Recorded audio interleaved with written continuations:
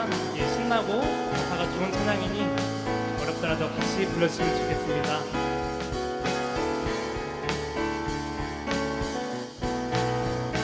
주님, 내가 맘이 가운데 주께 감사드리며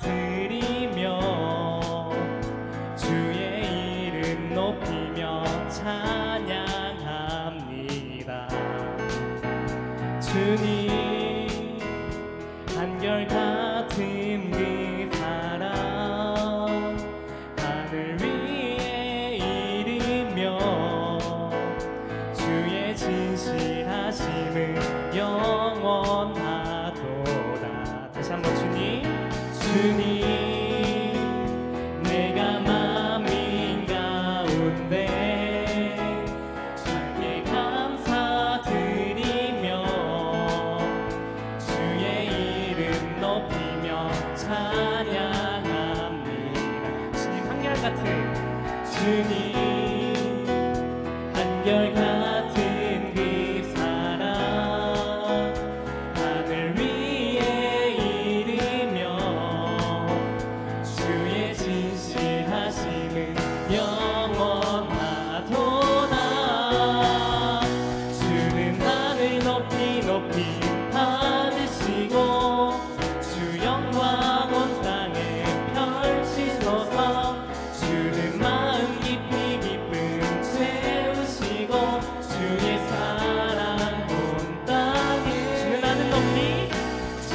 하늘 높이 높이 받으시고 주 영광 온 땅에 펼치소서.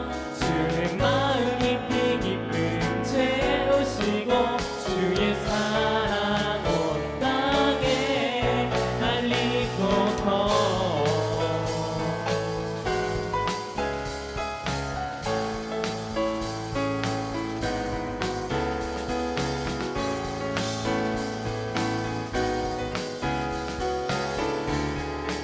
이제 처음부터 할까요? 주님, 내가 맘인 가운데 주께 감사드리며 주의 이름 높이며 찬양합니다. 주님, 한결같은 그 사랑 하늘 위에 이르며 주의 진실하심은 영원하도다. 주는 하늘 높이 높이 받으시고 주 영광 온 땅에 펼치소서. 주는 마음 깊이 기쁨 채우시고 주의 사랑 온 땅에. 주는 하늘 높이 높이 받으시고 주 영광 온 땅에 펼치소서. 주는 마음 깊이 기쁨 채우시고 주의 사랑 온 땅에 알리소서.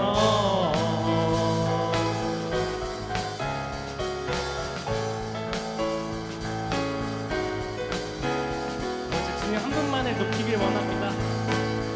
이 시간 주님께 부르시면서 주님을 알리기 원합니다. 주는 하늘 높이 높이 받으시고 주 영광 온 땅에 펼치소서. 주는 마음 깊이 기쁨 채우시고 주의 사랑 온 땅에. 주는 하늘 높이 높이 받으시고 주 영광 온 땅에 펼치소서. 주는 마음 깊이 기쁨 채우시고 주의 사랑 온 땅에. 마지막으로 하늘 높이. 주는 하늘 높이 높이 받으시고 주 영광 온 땅에 펼치소서. 주는 마음 깊이 기쁨 채우시고 주의 사랑 온 땅에 알리소서.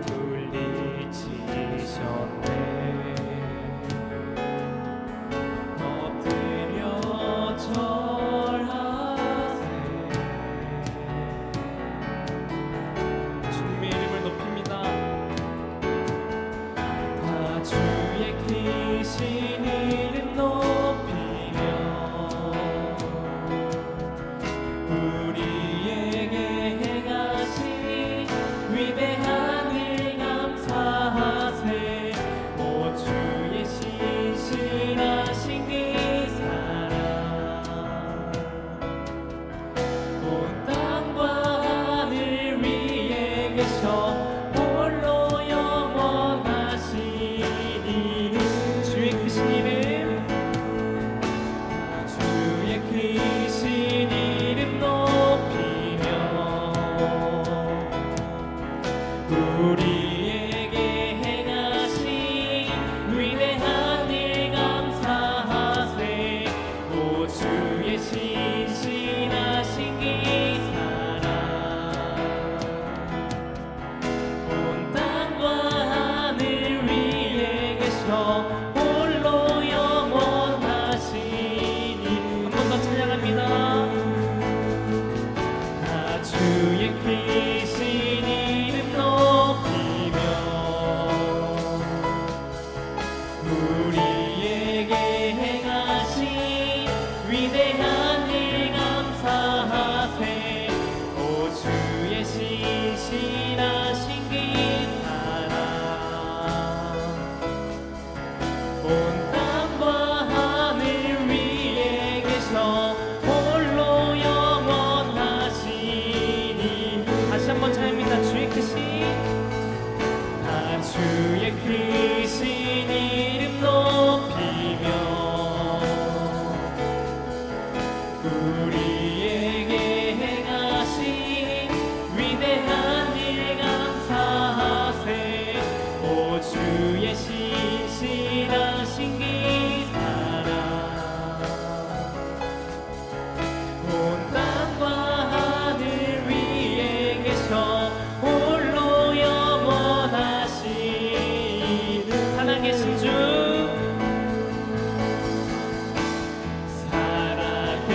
살아계신 주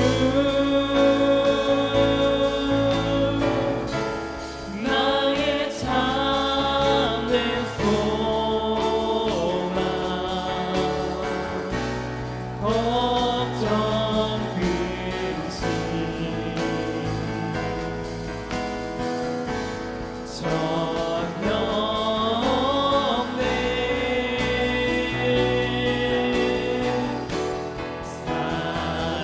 사랑의 주네 갈 길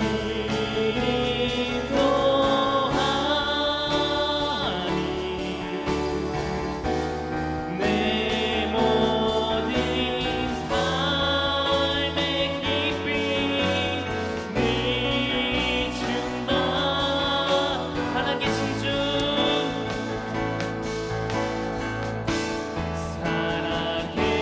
살아계신 주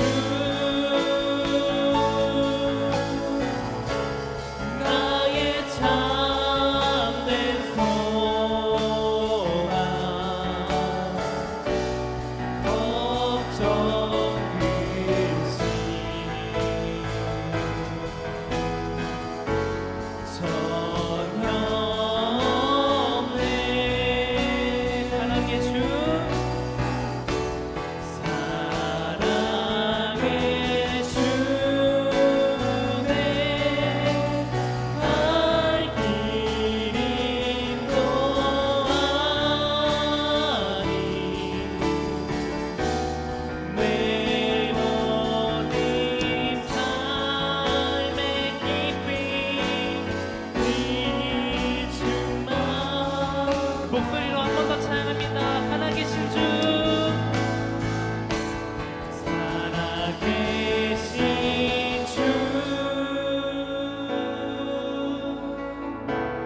나의 참된 소망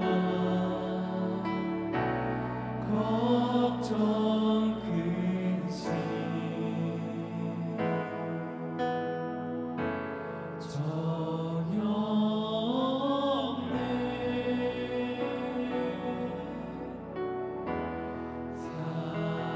사랑의 주네 갈 길 인도하니 내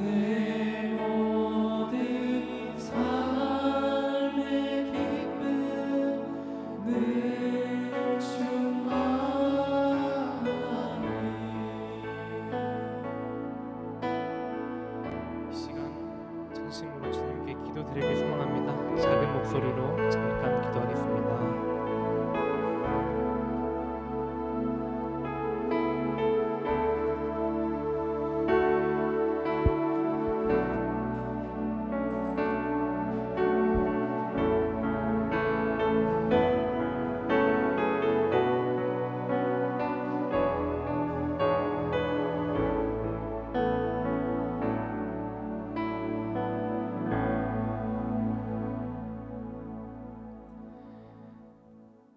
아멘. 광고 드리겠습니다. 오늘 이 자리에 모이신 모든 성도님들 사랑하고 축복합니다. 하나님께 예배함이 우리의 전심이 되길 원하고 기쁨으로 주님께 예배드리길 소망합니다.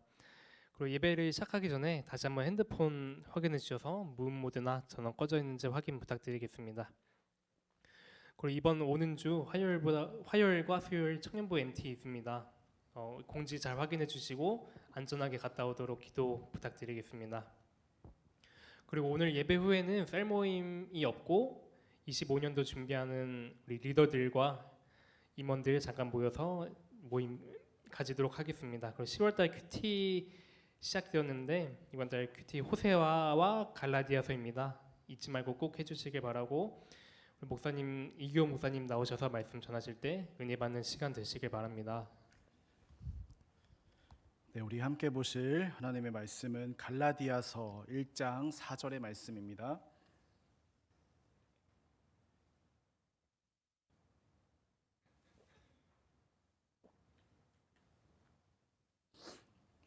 네, 갈라디아서 1장 4절 우리 한 절 말씀 우리 함께 한 목소리로 읽도록 하겠습니다. 그리스도께서 하나님 곧 우리 아버지의 뜻을 따라 이 악한 세대에서 우리를 건지시려고 우리의 죄를 대속하기 위하여 자기 몸을 주셨으니 아멘. 청년들 10월 큐티 새롭게 이제 시작했는데요. 10월 그 큐티 본문이 두 개의 본문입니다. 하나는 구약, 하나는 신약. 구약에는 호세아서이고요. 그리고 갈라디아서 말씀이 10월 달에 큐티 본문입니다. 그래서 그 중에 이번 달에는 갈라디아서를 함께 다루면서 함께 말씀을 나누려고 합니다. 갈라디아서는 총 6개의 장으로 이루어져 있고요. 오늘은 1장부터 3장 정도까지 시간이 안 되면 2장까지 이렇게 쭉 훑어보면서 갈라디아서는 어떤 성경인가 그리고 어떤 내용들이 들어가 있는가 이것들을 중점적으로 한번 다루려고 합니다. 오늘 말씀에 제목을 붙여봤는데 혹시 제목 아까 띄었었나요? 제목이 되게 길어요. 우리 한번 읽어볼까요? 제목을 함께 시작. 복음을 아는 것에서 그치지 말고 삶에까지 나아가야 한다라는 아주 긴 제목이자 오늘 설교의 핵심이기도 합니다. 복음을 아는 것에서 그치지 말고 삶으로까지 나아가야 한다라는 주제예요. 갈라디아서는 별명이 하나 있습니다. 복음의 정수라는 별명이 있죠. 그래서 갈라디아서 안에는 복음이 무엇인지 그 복음이란 그 핵심적인 것들을 잘 말해주고 있는 성경입니다. 사도 바울이 활동했을 그 시기에 복음을 듣고 복음을 받아들이고 그리스도인이 된 사람들은 사실은 이방인이 먼저가 아니라 유대인들이 먼저였습니다. 그러니까 사도 바울이 복음을 전하는 당시에 각 이제 여러 도시에 흩어져 있는 이들을 디아스포라 유대인들이라고 불리는데 흩어져 있는 유대인들이 이제 곳곳에 이제 있었어요.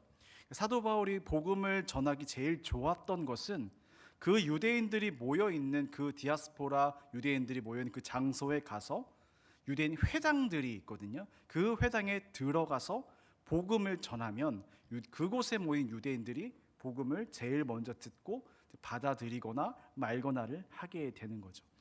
그러니까 초대교회 성도들의 처음 시작은 유대교인들, 유대인이었지만 복음을 듣고 예수님을 영접한 유대인 출신 그리스도인들입니다.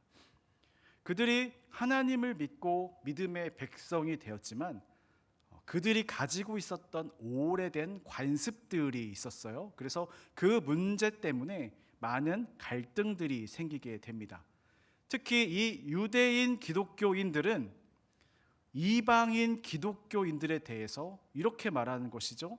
너희도 우리처럼 율법을 지키고 너희도 할례를 받아야 된다라는 것을 강요하기 시작했어요. 그러니까 이 문제들을 가지고 바울의 입장은 이것이었죠. 할례 받지 않아도 된다.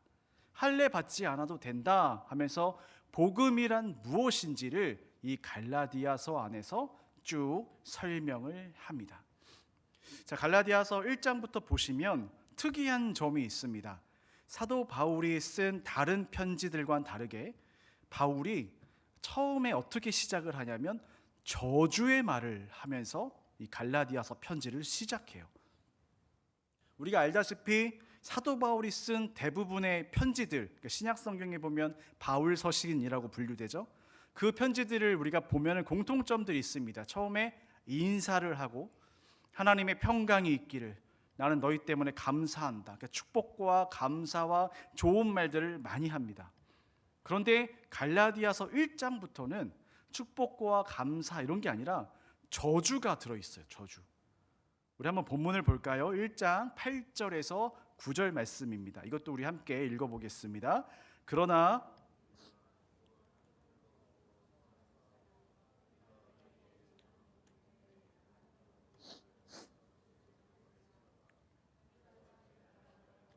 내가 지금 다시 말하노니 만일 누구든지 너희가 받은 것 외에 다른 복음을 전하면 저주를 받을지어다.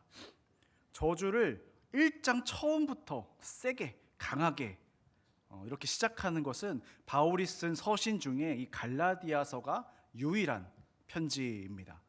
그래서 갈라디아서의 시작은 그동안의 바울 서신답지 않은 되게 이례적인 시작인 것입니다. 바울이 왜 그랬을까요? 지금 무엇을 강조하고 싶어서였을까요? 결론부터 말씀드리면 복음을 이야기할 때 사도 바울이 강조하는 것, 복음은 타협되지 않는다. 복음은 유일하다. 그래서 이 복음의 확실함을 제대로 알려주고 싶은 거예요. 이도 저도가 아니라 복음은 진리이고 확실하고 우리가 믿어야 할 유일한 것이다. 이것은 절대 타협되지 않는다라는 점들을 제대로 처음부터 강하게 알려주고 싶은 거예요. 그래서 갈라디아서가 그 로마서와 마찬가지로 복음의 정수라고 불려지는 성경입니다. 그렇다면 사도 바울이 이야기하는 복음의 내용을 우리 한번 또 말씀을 보면서 살펴볼 건데요. 오늘 본문 4절의 말씀을 읽었습니다. 4절 말씀을 한 번 더 읽어보도록 하겠습니다. 그리스도께서 하나님 곧 우리 아버지의 뜻을 따라 이 악한 세대에서 우리를 건지시려고 우리의 죄를 대속하기 위하여 자기 몸을 주셨으니, 혹시 그 다음 PPT에 그 제가 가로쳐져 있는 4절 말씀에 가로쳐져 네네네 이거 보여주세요. 이 4절 말씀에서 예수님이 왜 십자가에 죽으셨는지에 대한 그 이유를 알려줍니다. 바울은 먼저 예수님께서 우리의 죄, 파란색 글씨예요. 원어로 보면 이게 복수형이에요. 그래서 죄가 많은 거예요. 우리의 죄들을 위해, 우리의 여러 가지 죄들을 위해, 우리는 죄가 많죠. 그 죄들을 위해 그 자신을 주셨다라고 성경은 말씀합니다. 사실은 이 4절 한 구절을 그냥 넘겨도 괜찮은, 넘길 수도 있는 구절이지만 좀 이상하긴 합니다. 왜냐하면 예수님이 단순히 우리 때문에 죽었다라는 동사 대신에 뭐를 사용했냐면 주셨다. 마치 물건을 주듯이 죽으셨다가 아니라 우리의 주셨다라는 표현을 사용했어요. 헬라어로 보면은 디도미라는 단어가 사용이 되는데요. 주다라는 뜻입니다. 주다. 이 표현은 여기 지금 1장 4절인데 이 표현이 2장으로 넘어가면은 2장 20절 말씀을 보면 우리가 아주 잘 아는 구절로 이어집니다. 2장 20절 말씀이요. 내가 그리스도와 함께 십자가에 못 박혔나니 그런즉 이제는 내가 사는 것이 아니요 오직 내 안에 그리스도께서 사시는 것이라. 이제 내가 육체 가운데 사는 것은 나를 사랑하사 나를 위하여 자기 자신을 버리신 하나님의 아들을 믿는 믿음 안에서 사는 것이라. 우리가 아주 잘 아는 말씀이죠. 여기서도 자기 자신을 버리셨다라는 말의 원어가 같은 디도미, 주다라는 뜻이 사용이 됐어요. 여기 20절은 이게 분사형으로 변해서 그냥 디도미가 아니라 제가 썼죠, 파라디도미라는 단어가 되었는데요, 넘겨주심 되었다라는 표현이에요. 넘겨주심. 왜 예수님이 죽으셨다가 아니라 주셨다라는 말로 표현을 했을까요? 사도 바울이 강조하는 거예요, 갈라디아에서. 그 이유는 이 다음 구절인 2장 21절에 이어서 나오는데요, 이 구절을 제가 그냥 원어에 맞게 직역을 한번 해보았습니다. 한번 넘겨주세요. 나는 하나님의 은혜를 무효화하지 않는다.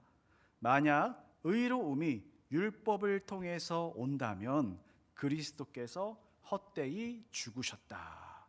나는 하나님의 은혜를 무효화하지 않는다. 여러분, 은혜, 카리스라는 헬라어는 은혜라는 뜻도 있지만 호의 이런 뜻도 있지만 또 중요한 뜻 중에 하나가 뭐냐면 선물이라는 뜻이에요. 선물.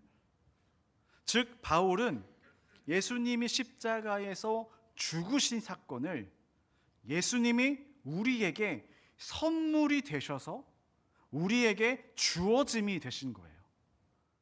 예수님이 십자가에서 죽으신 사건을 예수님이 우리에게 선물이 되셔서 우리에게 주어짐이 되신 것을 사도 바울이 강조하는 거예요. 즉 예수님 자신은 우리에게 선물로 주셨고 우리는 그 선물을 은혜로 받은 것이죠. 그래서 이 십자가 사건이 나에게 주어진 선물이기 때문에 계속 갈라디아에서 강조하는 거예요. 나의 어떤 행위나 나의 어떤 의로움에서 나에게 주어진 선물이 아니라 하나님이 나에게 일방적으로 주신 선물이라는 뜻입니다. 바울은 예수님이 죽으셨다가 아니라 우리에게 선물로 주셨다라는 표현을 사용하면서 그 하나님의 은혜를 계속 강조하고 있습니다. 또 바울은 아까 본문 1장 4절 본문 다시 한번 보시면은 한번 4절 다시 한번 보여주세요. 앞에 아마 있을 거예요. 그리스도께서 하나님 곧 우리 아버지의 뜻을 따라 이 약한 세대에서 우리를 건지시려고 우리 죄들을 대속하기 위해서 자기 몸을 주셨으니. 이 구절을 다시 보면은 예수님이 왜 죽으셨나요? 예수님이 죽은 목적에 대해서 이렇게 말합니다. 우리를 악한 세대에서 건지시려고. 우리를 건져요. 우리를 집어 올려 내시기 위해서, 집어 올리다라는 뜻이거든요. 집어 올려 내시기 위해서 우리에게 이 십자가의 사건을 주셨다라는 거예요. 현재의 악한 세대로부터 집어 내시기 위해 예수님은 십자가에서 돌아가신다는 거예요.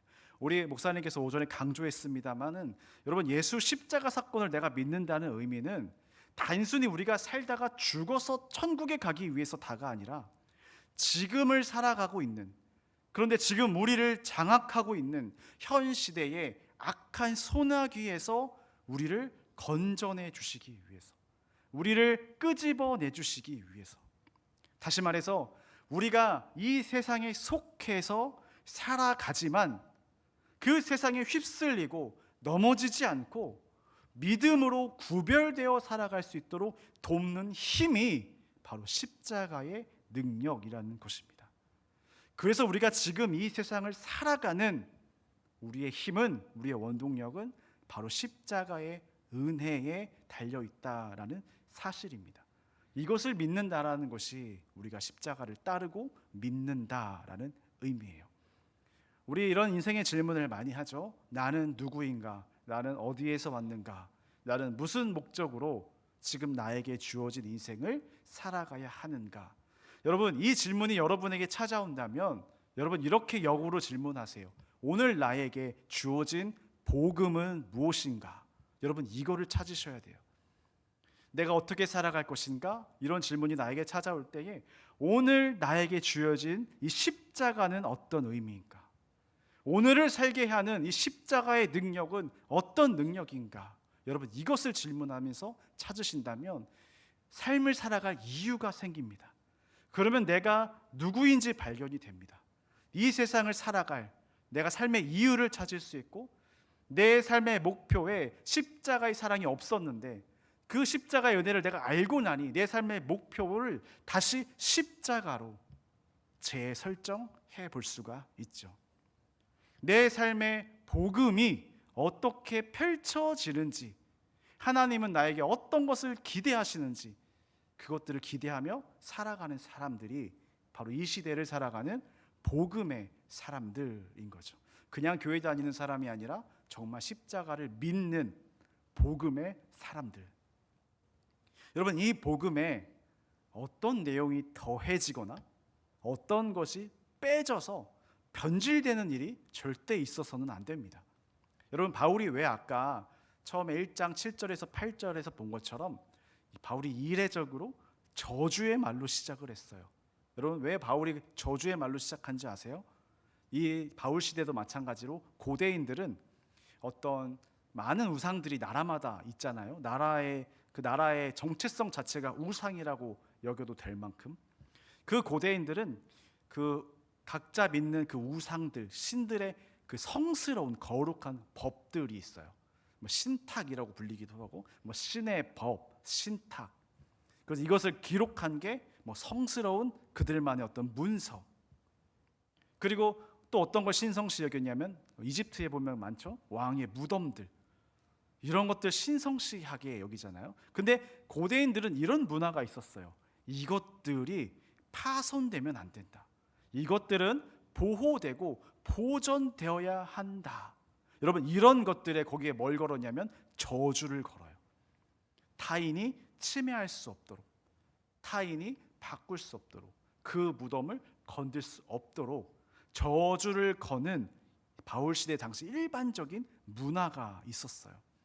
그러니까 바울 시대도 마찬가지 이런 문화가 있었죠. 대부분의 사람들이 이 저주에 막 정말 긴장했던 시대였습니다. 이 저주가 실제로 작용한다고 믿었습니다. 여러분 혹시 미이라라는 영화 봤나요? 그 뭐 저주 해놨는데 그 잘못 건드려가지고 미이라가 나오고 이런 거 있지 않습니까? 그러니까 바울이 지금 강조하는 이 하나님의 복음은요, 그만큼 너희들이 절대 침해되어서는 안 되고 이것에 막 더 좋은 말 섞어서 복음을 변질시켜도 안 되고, 복음은 하나님이 우리를 위해서 예수 그리스도를 보내셔서 십자가로 이루신 것이 복음이다라는 것을 강하게 선포하는 것이죠. 저주를 걸 만큼 너네 이거 절대 바꾸면 안 된다. 이거 정말 중요한 것이다 하면서 강조를 하는 것입니다. 그 아까 저주의 내용들을 한번 살펴보면은 이런 말을 해요. 바울 자신이나 또 사람이 아니에요. 하늘의 천사가 내려와서도 이 복음을 바꿔도 저주를 받을 것이다 라고 강하게 선포해요. 그러니까 여러분 우리가 믿는 복음은 뭔지 아세요? 천사들보다 더 위대하신 하나님께서 그 아들 예수님을 통해 우리에게 주신 선물이 바로 복음입니다. 이것은 변질되어서도 안 되는, 변화되어서도 안 되는, 오늘날까지 우리에게 해당되는 변함없는 선물, 변함없는 진리, 그것이 오늘 우리에게 주어진 복음입니다. 자, 이것을 이야기하면서 갈라디아서 2장으로 넘어가는데요. 여전히 갈등이 있었죠. 유대인 출신의 그리스도인들, 그리고 이방인 출신 그리스도인들. 그러니까 유대인들도 복음을 듣고 예수님을 믿고, 이방 사람들인데도 복음을 듣고 예수님을 믿고. 근데 이 둘이 신경전이 있습니다. 바로 율법 때문에. 그 중에서 우리는 유대이다라는 그 어떤 신체, 몸의 표식이었던 할례가 있었죠. 할례를 해야지만이 너는 유대인 인정. 할례를 해야지만이 나는 유대인이라는 이 정체성이 그냥 1년, 2년이 아니라요. 몇 천 년 전, 모세 시대부터 몇 천 년부터 계속 이어져 온 전통이니까요. 이 유대인들에게 할례는 나는 누구인가? 난 어느 나라 사람인가? 여러분 한국 사람 아니라고 하면 우리 기분 나쁘지 않습니까? 그러니까 나는 한국 사람이다 이런 것처럼 정체성을 갖게 하는 중요한 표식이 할례였어요. 할례.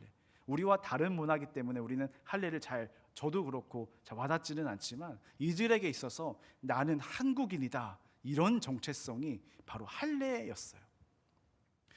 이방인의 사도로 부르심을 받은 바울이 지금 예루살렘을 방문했을 때에 그 유대인의 정체성인 그 할례 문제를 가지고 이방인이 받아야 하는지 받지 말아야 하는지 이런 막 논쟁이 불거졌고요. 이 부분에서 우리가 알다시피 바울은 할례를 받을 필요가 전혀 없다라는 입장을 선포합니다. 여러분, 이신칭의라는 교리 있지 않습니까? 우리 기독교의 아주 중요한 교리죠. 이신칭의가 바로 이 배경에서 나오게 된 교리입니다. 이신칭의, 믿음으로 의롭게 된다라는 교리인데요, 바로 이 교리가 유대인들이 지금 할례 꼭 받는 행동을 해야 한다라고 주장하는 이 문화에 저항하면서 생겨난 진짜 복음의 내용이 바로 이신칭의예요. 여러분, 이신칭의의 제대로 된 뜻은 믿음으로 구원받는다, 믿음으로 산다라는 이 뜻의 의미는 할례, 신체의 표시를 하는 그 행동이 중요한 게 아니라 너가 복음을 믿었다면, 예수 그리스도를 나의 주로 영접했다면, 주님을 나의 마음에 모셨다면 이제부터는 복음을 믿으며 사는 행동이 더 중요하다라는 것이 이신칭의의 교리입니다. 그러니까 신체의 표식을 하는 행동이 중요한 게 아니라 복음을 믿으며 살아가는 우리의 삶, 그 행동이 더 중요하다라고 말하는 게 이신칭의, 믿음으로 산다라는 의미예요. 한 번은 이런 일이 있었어요. 예수님의 수제자죠, 베드로. 그런데 이 베드로에게요, 사도 바울이 와서 속된 말로 깝니다. 나쁜 말로 베드로에게 막 심한 말을 하면서 질책을 합니다. 한 번은 예수님의 수제자 출신인 베드로가 그 안디옥이라는 도시에, 그 안디옥이라는 도시 안에 여러분 안디옥 교회가 있었거든요. 이 안디옥 교회는 초기에 이제 세계 곳곳으로 퍼져나가는, 바울도 마찬가지로 선교의 사도들을 막 보내서 복음을 전하는 선교의 전초기지 역할을 감당했던 곳이 안디옥이에요. 베드로가 이 안디옥에서 누구랑 함께 밥을 먹고 있었냐면 이방 사람들과 함께 밥을 먹고 식사를 같이 하고 있었어요. 이 모습은 사실 베드로도 예수님의 가르침을 나름 잘 실천하고 있었다라는 거죠. 그런데 갑자기 이 안디옥에 할례를 받은 정통 유대인들, 근데 이 유대인들이 예수님을 믿는 유대인인지 아니면 예수님을 안 믿는 유대인인지는 사실 잘 모르겠어요. 어쨌든 유대인들이 이 안디옥에 오게 됩니다. 유대인 무리들이